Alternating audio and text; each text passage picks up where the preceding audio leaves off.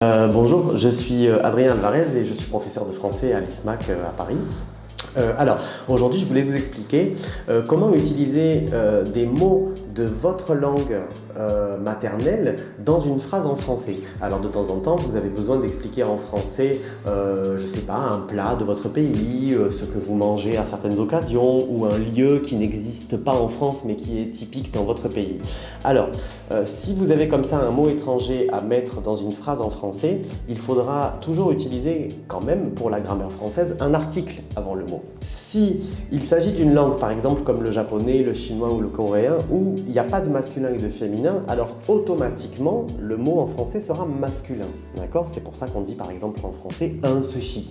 Attention par contre de bien varier vos articles en respectant, si vous voulez, la grammaire française. C'est-à-dire que pour sushi, qui est un objet comptable, on va dire un sushi par exemple. Ok, pour un ravioli chinois comme tiao tse, on va dire un ravioli. Pour un plat coréen comme bibimbap, on va dire un bibimbap. Ok, mais vous savez par exemple que quand on parle de boisson en français, on utilise, parce que c'est liquide, des articles partitifs comme du par exemple.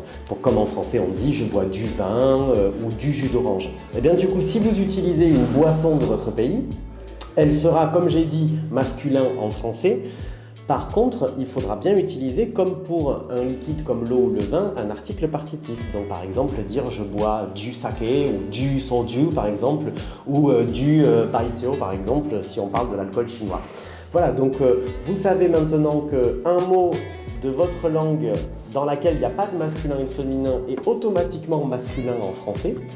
Par contre, vous devez bien choisir votre article. Donc pour sushi par exemple, un sushi. Pour des nouilles par exemple, comme c'est pluriel, on va dire des. Donc on va dire par exemple des ramyeon par exemple pour les nouilles coréennes ou des ramen pour les nouilles par exemple japonaises.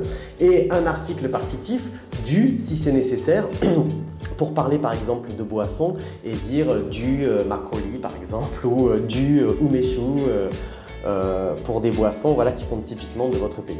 Voilà, j'espère que ça vous aidera un peu à pour expliquer en fait des produits ou des choses culturelles de votre pays mais qui sont dans une phrase française et du coup qui doivent respecter un peu la grammaire de la langue française. Merci, à très bientôt.